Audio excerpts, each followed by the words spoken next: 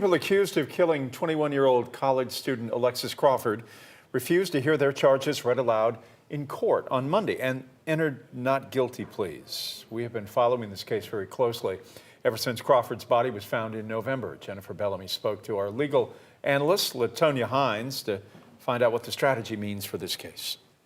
Well, both Crawford's roommates, Jordan Jones and Jones's boyfriend, Barron Brantley, pleaded not guilty in Crawford's murder yesterday. They are accused of suffocating Crawford and dumping her body in a park. They were both supposed to be in court for what's called an arraignment hearing, where a judge reads the charges against them out loud and then they enter a plea. Our legal analyst, LaTonya Hines, says those are usually procedural hearings and it's actually common to waive them. Because it is very rare you're going to see a defendant, a criminal defendant in a felony case, especially murder, go and say, I plead guilty today before there's been discovery or anything, because a defense attorney of their true salt is going to have to do actual discovery and have to investigate the case first.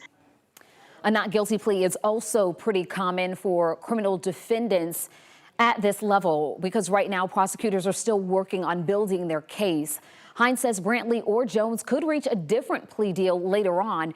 She also says each side will now start putting their cases together, and through entering evidence and deciding which witnesses to call, they will decide if they're going to take this case all the way to trial. We'll, of course, be following this case through all of that, so be sure to follow our coverage on air and online.